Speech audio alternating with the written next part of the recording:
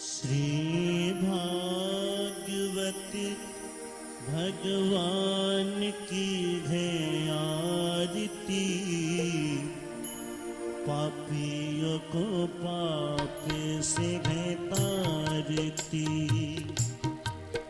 श्री भागवत भगवान की है आरती, पापियों को पाप से है तारती। ये अमर ग्रंथ ये मुक्ति पंथ ये पंचम वेद निराला, नव ज्योति जगाने वाला। ओ नव ज्योति जगाने वाला है, नव ज्योति जगाने वाला। हरि नाम एगी हरि ध्यान एगी, हरि नाम एगी हरि ध्यान एगी। जग मंगल की आरती, पापियों को पाप से है तारती। श्री भागवत भगवान की है आरती आरती, पापियों को पाप से है तारती।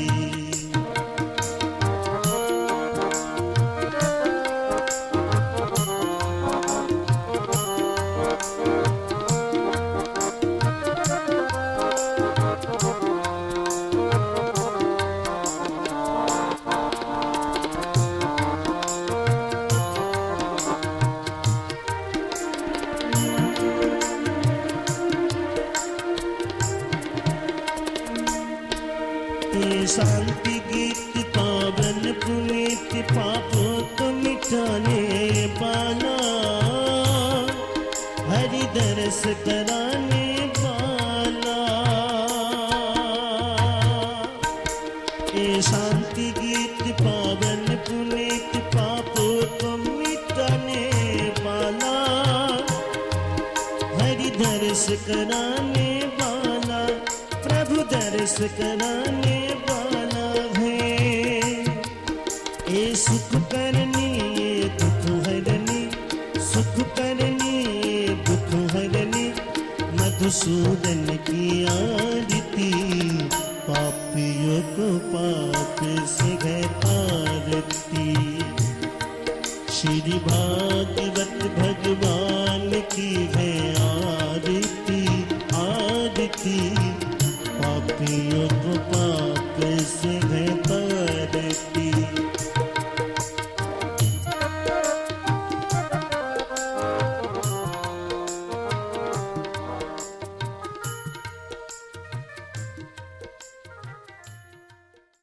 এরপরে আসছেন ভগবানের দ্বারাবতী নগরের অন্তিম এক লীলা, সুদামা মিলন। কৃষ্ণের এক সখা ছিল, কৃষ্ণের এক সখা ছিল, কৃষ্ণ শাসিত সখা, ব্রাহ্মণ ব্রহ্মবিত্তম। এই কৃষ্ণের এক সখা ছিল, শ্রেষ্ঠ ব্রাহ্মণ, ব্রহ্মবিদ ব্রাহ্মণ। সে যেমন বেদান্তের মহাপণ্ডিত,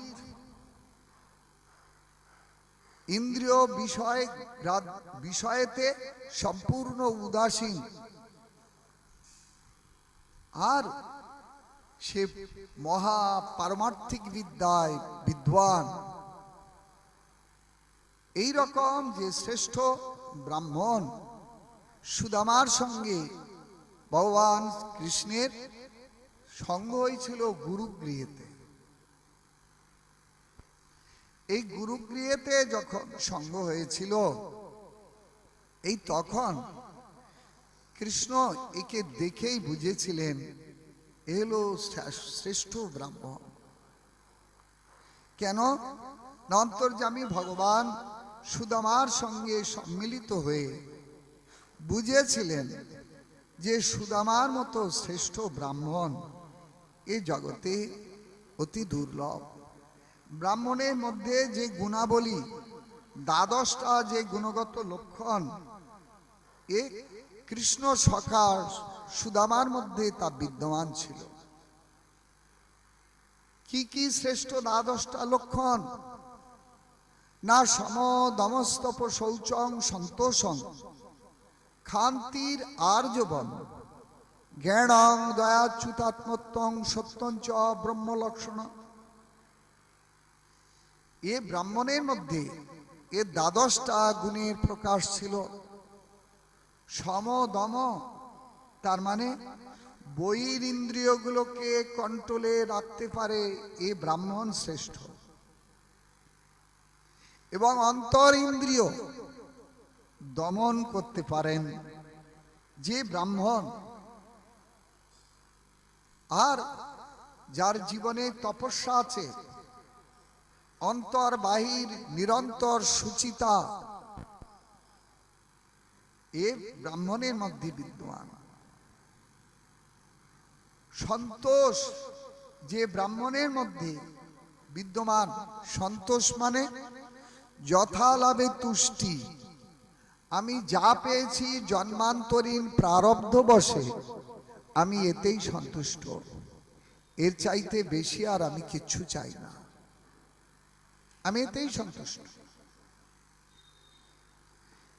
তার মানে ব্রাহ্মণ আর কারুর কাছে কিছু চায় না। এই জন্যই তো ব্রাহ্মণের কাছে গেল কামধেনু, সমুদ্র মন্থন থেকে কামধেনু উঠলো না। আর কামধেনুর মহিমা যেই শুনলেন, সঙ্গে সঙ্গে দেবতারা বলে কামধেনু আমরা নেব, অসুররা বলে কামধেনু আমরা নেব। কেন কেন?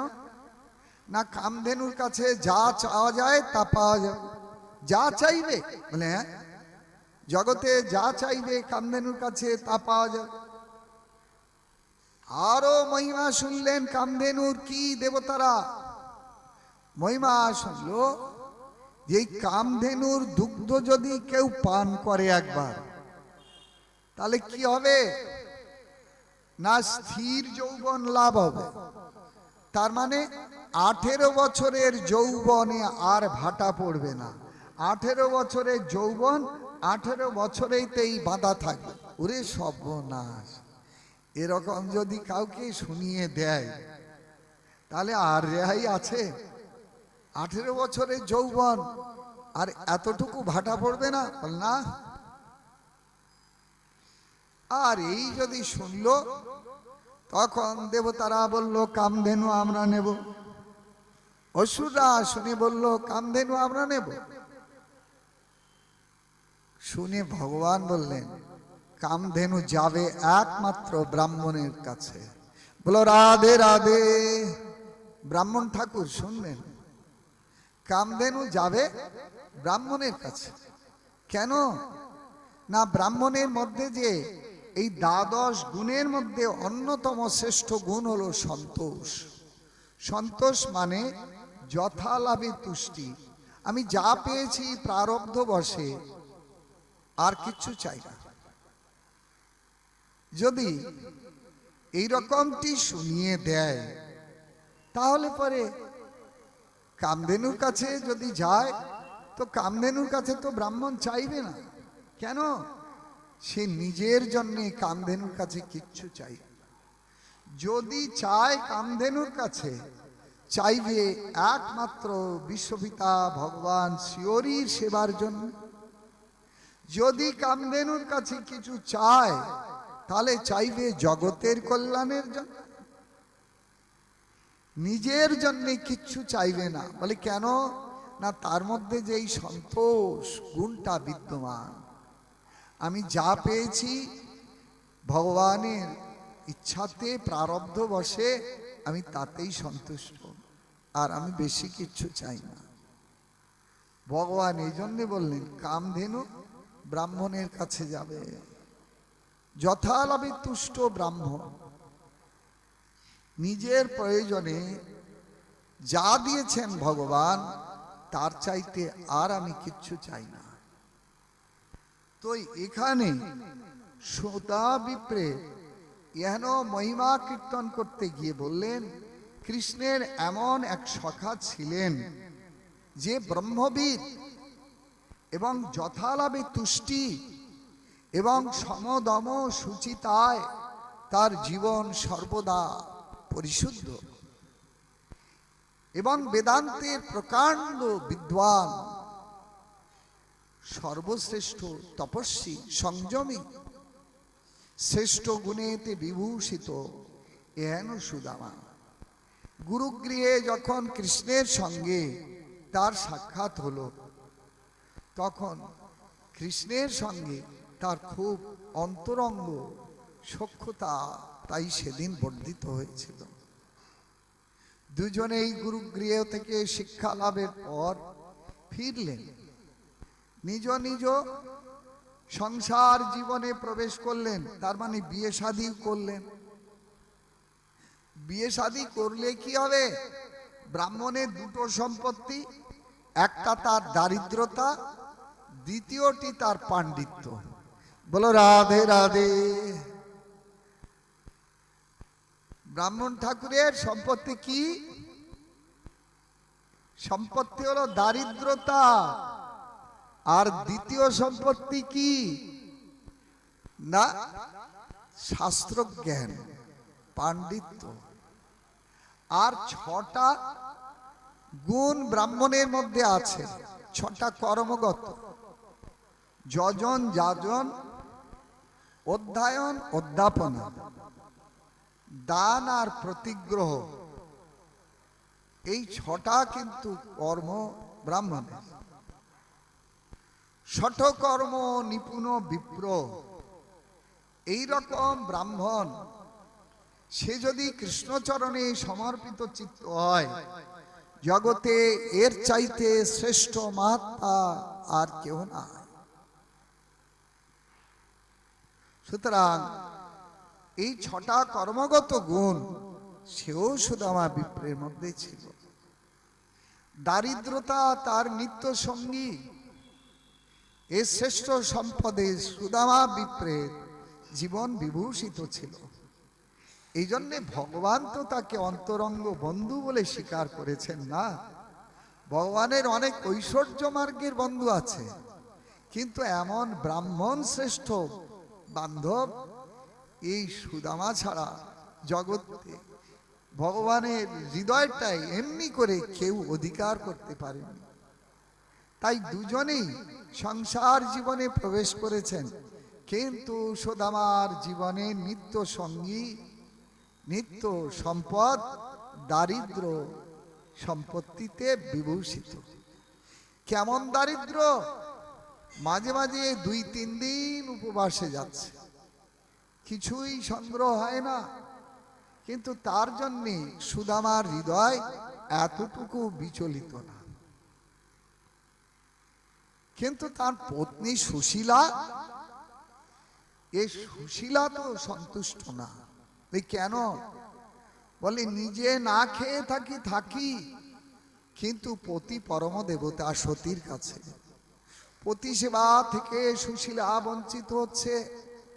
পতির মুখে তুলে দেওয়ার সামগ্রী বলতে 1 গ্লাস জল ছাড়া মধ্যাহ্নেতে আর কিছু যখন জুটছে না, তখন সুশীলার হৃদয়টা ব্যথিত হলো।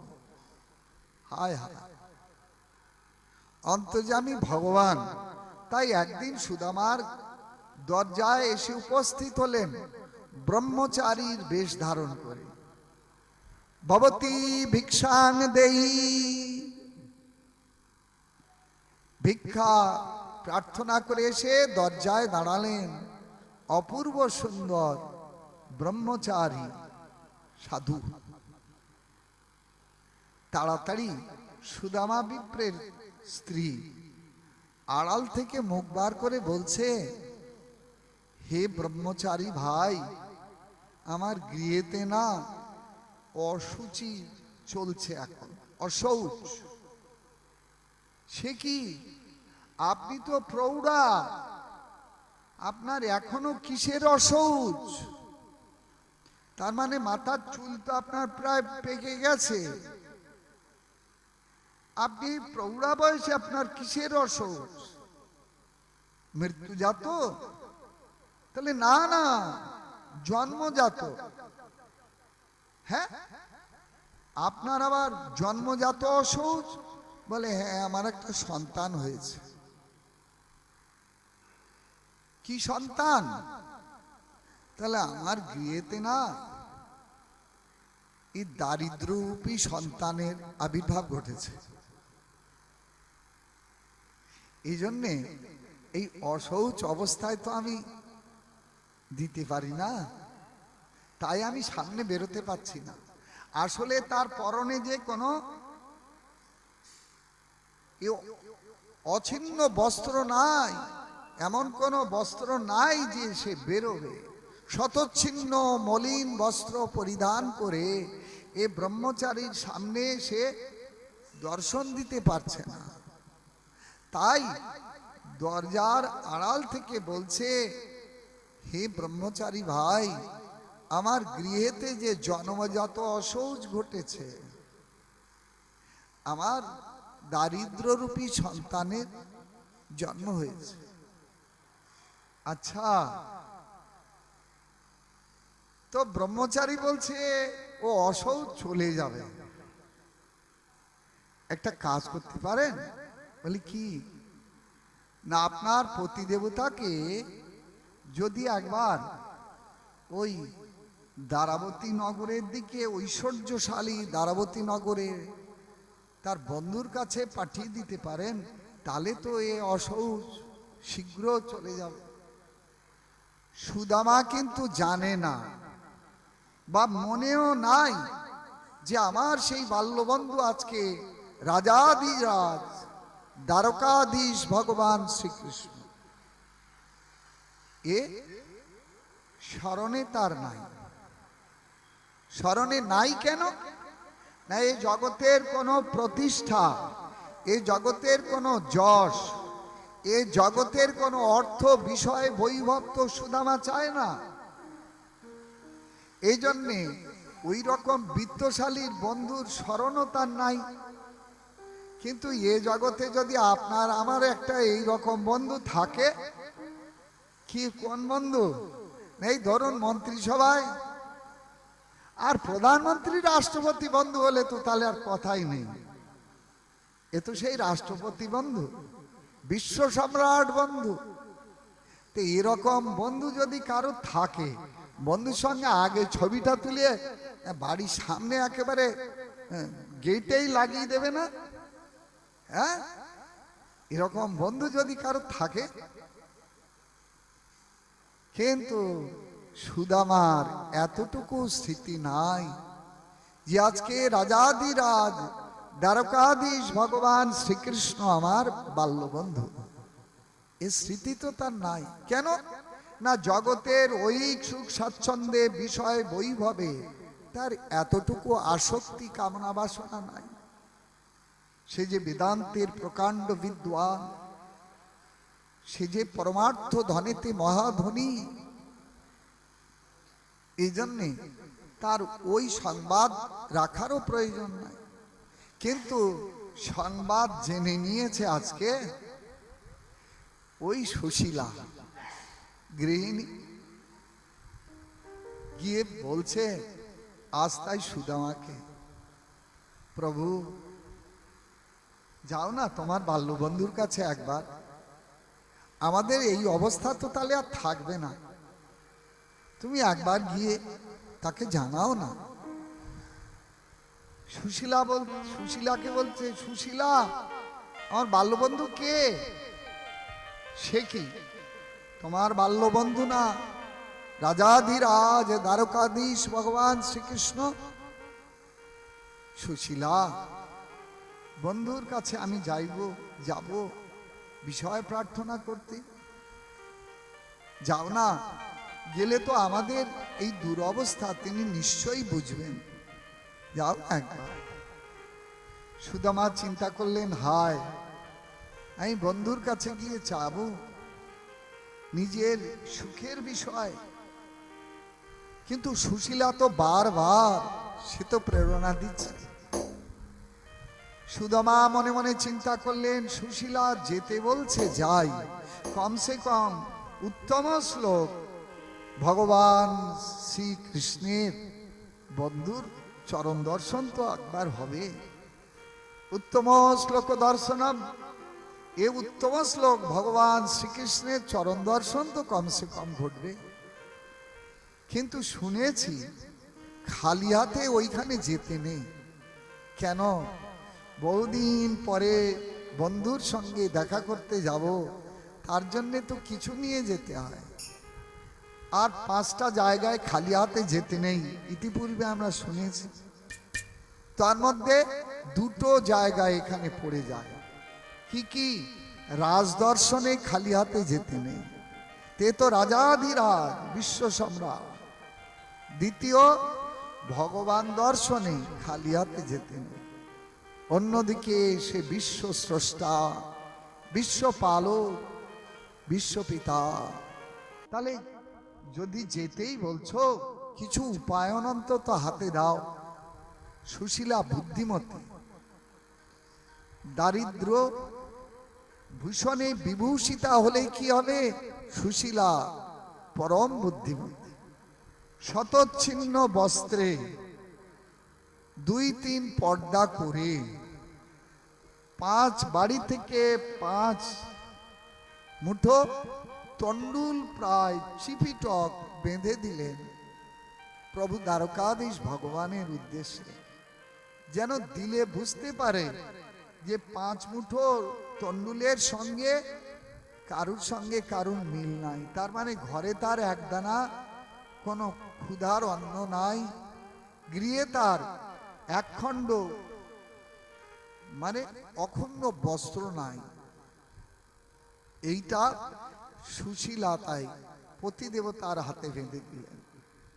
সুদামা বিপ্র চলেছেন পদব্রজে, উদ্দেশ্য দ্বারকাধীশ ভগবানের চরণ দর্শনে যাবেন। আসুন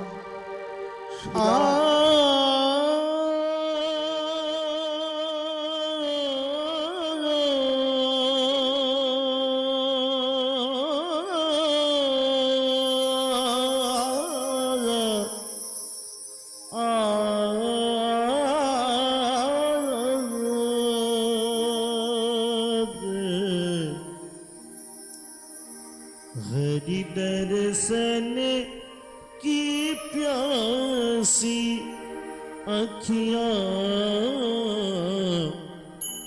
हरि दर्शन की प्यासी प्यासी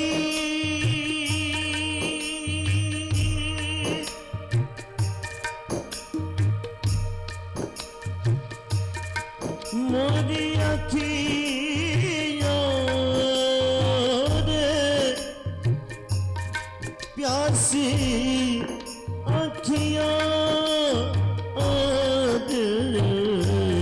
हरि दर्शन की प्यासी अखियाँ मोरी, हरि दर्शन की प्यासी।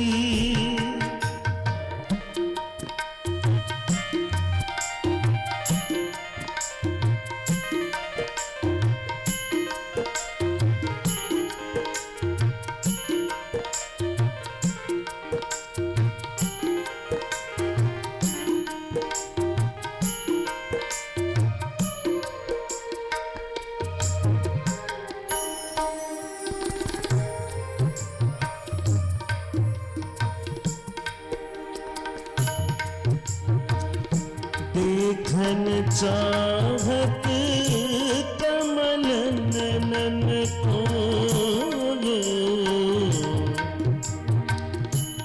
देखन चाहत कमल नयन को, निस दिन रगत उदासी,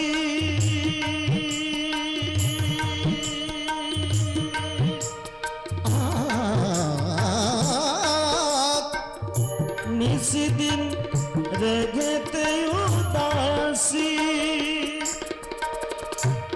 केसर तिलक मोतीन की माला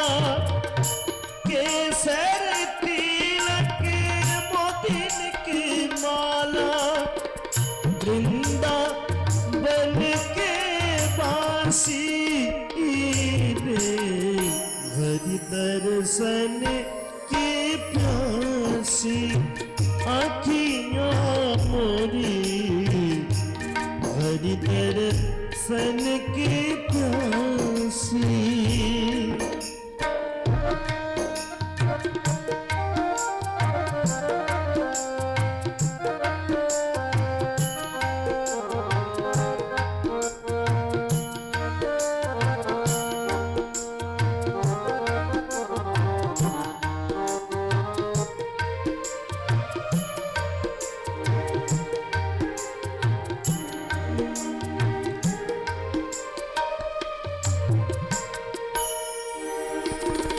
नेघ लगाए के त्यागी गए तृण सम, प्रीति लगाए के त्यागी गए तृण सम, दार गए गल फांसी, दार गए गल फांसी।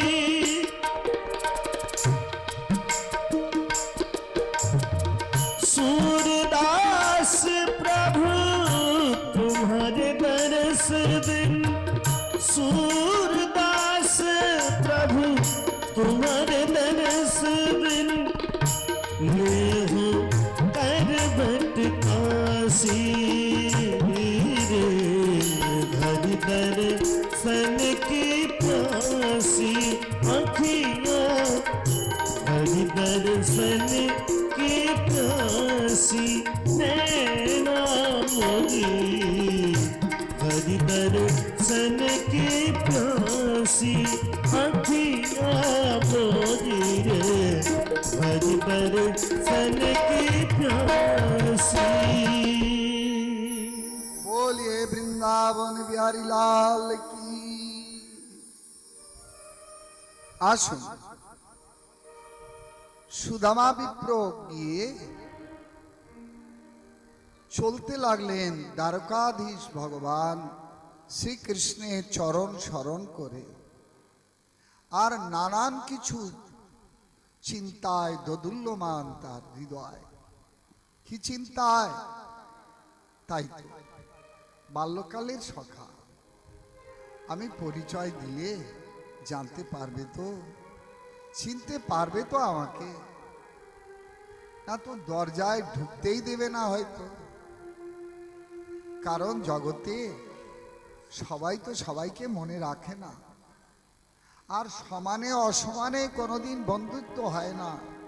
আমি হতদরিদ্র ব্রাহ্মণ, সুদামা বিপ্রের এই নানান চিন্তা। ঠিক আছে, যদি নাই দর্শন হয় অন্তত দ্বারকাধীশকে তো দূর থেকে একটা প্রণাম করতে পারবো। সুদামা বিপ্র চলতে চলতে তাই নদীর ধারে এসে উপস্থিত হলেন। আপনারা দ্বারকায় যারা গেছেন তাদের তো জানা আছে, ভগবানের অন্তঃপুরের নাম হলো ভেট দ্বারকা। দ্বারকা কিন্তু 3 জায়গায়, যেখানে কৃষ্ণ প্রথম গিয়ে অবস্থান করেছিলেন এটার নামও দ্বারকা। কৃষ্ণ যেখানে রাজসভা স্থাপন করলেন ওটার নাম মূল দ্বারকা। আর কৃষ্ণ 16,108 মহিষীকে নিয়ে যেখানে অন্তঃপুরে বাস করেছেন ওই জায়গাটার নাম হলো ভেট দ্বারকা। এই ভেট দ্বারকা নাম হওয়ার আর একটা কারণ, এইখানে সুদামার সঙ্গে ভগবানের এইখানে ভেট হয়েছিল, অর্থাৎ দেখা হয়েছিল। তো এইখানে যেতে গেলে আপনারা জানেন যে কচ্ছ উপসাগরের একটা শাখা এখানে উঠে এসেছে, বিশাল একটা নদী, সাগরের মতোই দেখতে। ওটা পার হতে 40-45 মিনিট টাইম লাগে, তাও জাহাজ, ছোট ছোট ইঞ্জিনের জাহাজ, ওতে পার হতে হয়। বিশাল নদী, নীল জল, নদীকূলে এসে উপস্থিত হলো। ভাবছে তাই তো, এত বড় নদী পার হব কি করে। আর এই নদীর তীরে আমার তো এমন কোনো পাথেও নাই যে কড়ি দিয়ে পার হয়ে যাব।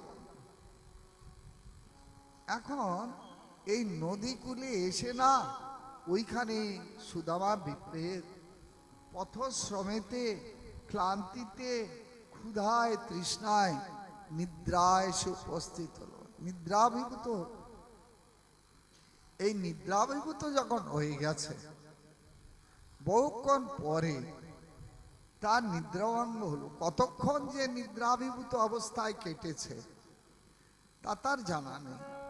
যখন নিদ্রা ভঙ্গ হলো, এই দেখছে বহু রাজপুরুষ ঘুরে বেড়াচ্ছে। আরে ভাই, আরে দ্বারকা নগরী আর কত দূর গো? ওরা তো শুনে হেসে ফেলেছে।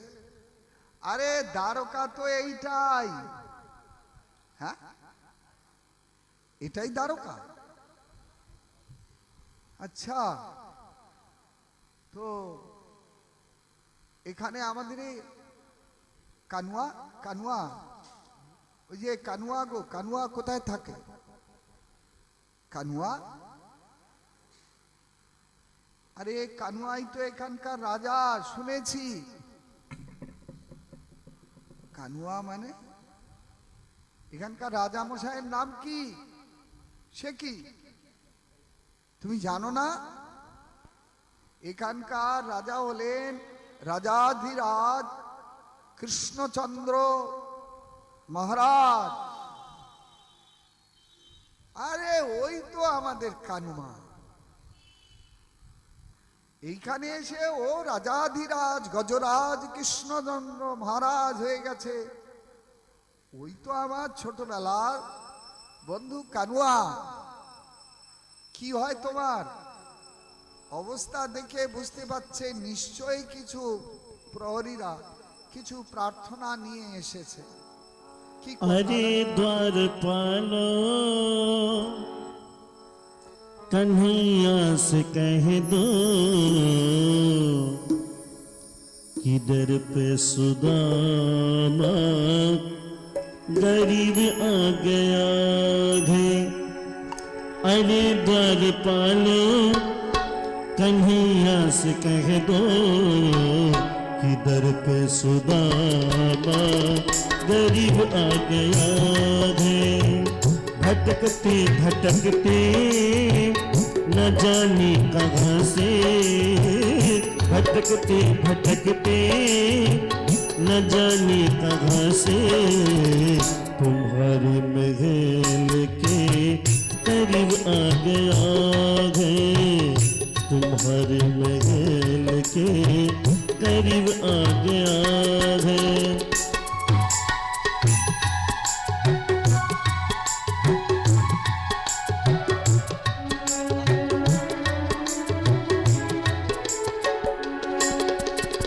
न सर पे है पगड़ी न तन पे है जामा, न सर पे है पगड़ी न तन पे है जामा। बता दो कन्हैया को नाम है सुदामा, बता दो कन्हैया को नाम है सुदामा। न सर पे है पगड़ी न तन पे है जाना, बता दो कन्हैया को नाम है सुदामा।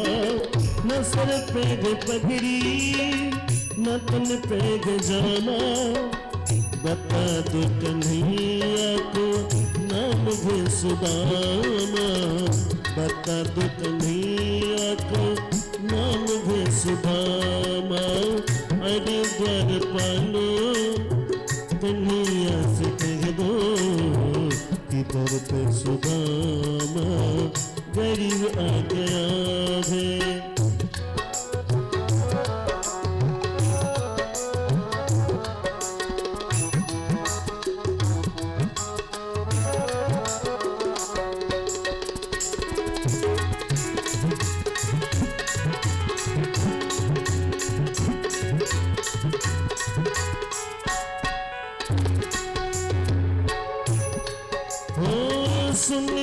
ही दौड़े चले आए मोहन, लगाया गले से सुदामा को मोहन, लगाया गले से सुदामा को, सुनते ही दौड़े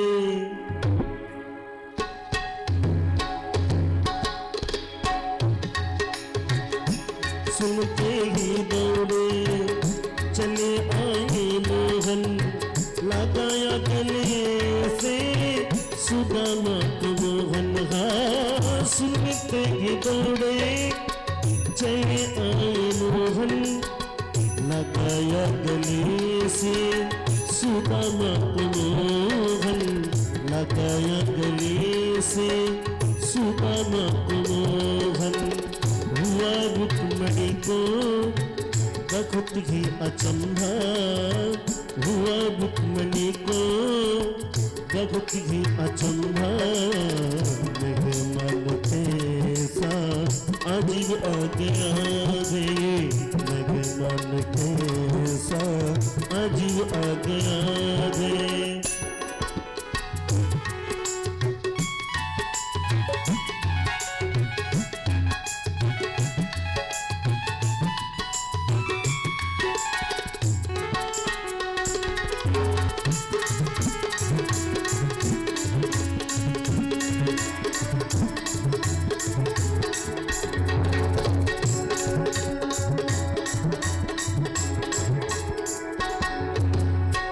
बराबर में अपने सुदामा बिठाए, चरण आंसू से सामने धुलाए, चरण आंसू से सामने धुलाए।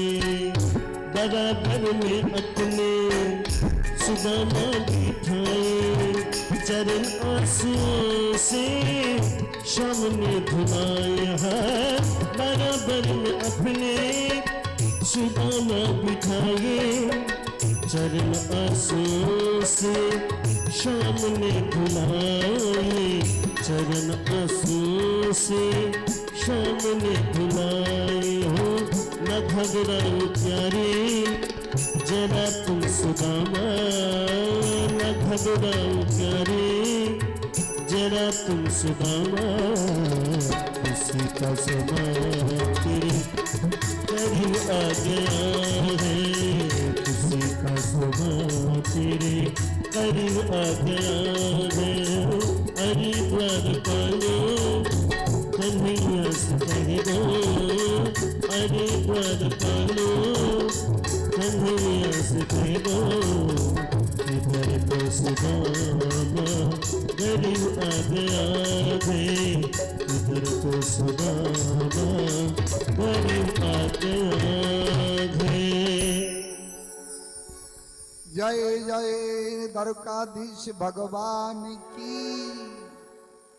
সুদামা যখন এই প্রকারে রাজপুরুষগণের সঙ্গে এই কথোপকথনে রত, রাজপুরুষগণ মনে মনে চিন্তা করছে নিশ্চয়ই এ হতদরিদ্র ব্রাহ্মণ এ আমাদের দ্বারকাধীশ প্রভু কৃষ্ণচন্দ্রের কাছে নিশ্চয়ই হয় দারিদ্রতার উপলক্ষে কিছু প্রার্থনা করবার জন্য এসেছেন, ধন দৌলত, অন্যথায় কন্যাদান দায়গ্রস্ত পিতাও হতে পারে। ওহে ব্রাহ্মণ বলো তুমি কেন এই রাজার সঙ্গে দেখা করবে? কি কিছু ধন দৌলত? না না, তাহলে তাহলে কি কিছু কন্যা দায় গ্রস্ত? তাহলে না না, তাহলে দেখা করবে কেন? না ও কানুয়া আমার বাল্য বন্ধু। হ্যাঁ তোমার বন্ধু? আরে কেমন বন্ধু? আরে ও কানুয়া আমার ছোটবেলার বন্ধু, বাল্য বন্ধু, আমার গুরুগৃহের সখা। ওরা তো শুনেই হো হো করে হেসে ফেলেছে। কেন? এ হত দরিদ্র ব্রাহ্মণ নিশ্চয়ই মিথ্যা বলছে। আরে এই রকম ব্যক্তির সঙ্গে আমাদের মহারাজ কৃষ্ণচন্দ্রের বন্ধুত্ব, আর তার এই চেহারা। আবার কিনা বলছে না কোনো বিষয় ভিক্ষা করবার জন্যে মহারাজের সঙ্গে দেখা করবে না, আবার কোনো কন্যাদায়গ্রস্ত না। কেন দেখা করবে না? শুধু ওই একটু দেখা করতে এলাম, অনেকদিন দেখা হয়, একটু দর্শন। শুনে বলছে তার সঙ্গে দেখা হবে না। আরে এই রকম অবস্থায় তার সামনে তুমি যেতেই পারবে না। ও দৌবারিকগণ অর্থাৎ দ্বারপালগণ তোমাকে প্রবেশ করতেই দেবে না।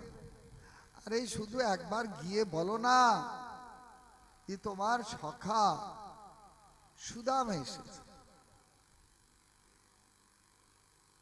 এরা উপেক্ষা করে বলল দাও দাও, ছেড়ে দাও, যদি প্রবেশ করতে পারে তো পারুক। তাই ওই সপ্তম দরজার দারোয়ান ছেড়ে দিল। পরপর পরপর দরজা অতিক্রম করে যখন মূল দরজায় গিয়ে উপস্থিত হলেন, তখন দুই দ্বারপাল জিজ্ঞাসা করছে কোথায় যাবে? না ওই বাল্যসখা কানুয়ার সঙ্গে একটু দেখা করতে যাব। দ্বারপাল দেখে অবাক হয়ে তাকিয়ে রইল। তোমার ভালো সখা? বলে হ্যাঁ। আচ্ছা ঠিক আছে, তুমি একবার গিয়ে বলো যে তোমার বাল্য বন্ধু নাম তার সুদামা, সে একবার দেখা করতে চায়। দেখো যদি মনে হয় চিনতে পারে তাহলে নিশ্চয়ই আমাকে নিয়ে যেতে বলবে। ঠিক আছে দাঁড়াও। এখন ওখানে দাঁড় করিয়ে এ দ্বারপাল তাই নানান কিছু চিন্তা করতে করতে অভ্যন্তরে প্রবেশ করছে। তাই তো আজ পর্যন্ত অনেক ব্রাহ্মণ এসেছে, অনেক সাধু মাহাত্মা এসেছে আমাদের দ্বারকাধীশ কৃষ্ণচন্দ্রের সঙ্গে দেখা, কিন্তু এই রকম মাহাত্মা তো ইতিপূর্বে আমরা কোনোদিন চোখে পড়ে দেখিনি। পায়ে নেই জুতা, অঙ্গবস্ত্র যা আছে শতচ্ছিন্ন, ঊর্ধ্বাঙ্গে খালি বসন, শতচ্ছিন্ন একটা উত্তরীয়, এই অথচ বলছে সে কিছু চায় না, শুধু একবার দর্শন অভিলাষী। এরকম মাহাত্মা তো ইতিপূর্বে এই দ্বারকা নগরীতে কোনোদিন আসেনি। তাই আপনারা যে গানটা শুনলেন ও গানটার তাৎপর্য কিন্তু এই যে সেই দ্বারপাল গিয়ে দ্বারকাধীশ ভগবান শ্রীকৃষ্ণকে ওই কথা শোনাচ্ছেন, প্রভু আজ পর্যন্ত অনেক মাহাত্মা এসেছে আপনার সঙ্গে দেখা করতে, কিন্তু এমন মাহাত্মা তো আমরা ইতিপূর্বে দেখিনি। তার পায়ে কোনো জুতা নাই, পরনে যে বসন আছে সেটি শতচ্ছিন্ন মলিন বসন, ঊর্ধ্বাঙ্গে একটি শতচ্ছিন্ন উত্তরীয় ছাড়া দ্বিতীয় কোনো জামা তার গায়ে নাই, আর মাথায় উপরে কোনো ছাতাও তার নাই। সে পদব্রজে এসেছে, শুধু নাম বলে দিয়েছে যে সখাকে গিয়ে বলো আমার নাম সুদামা।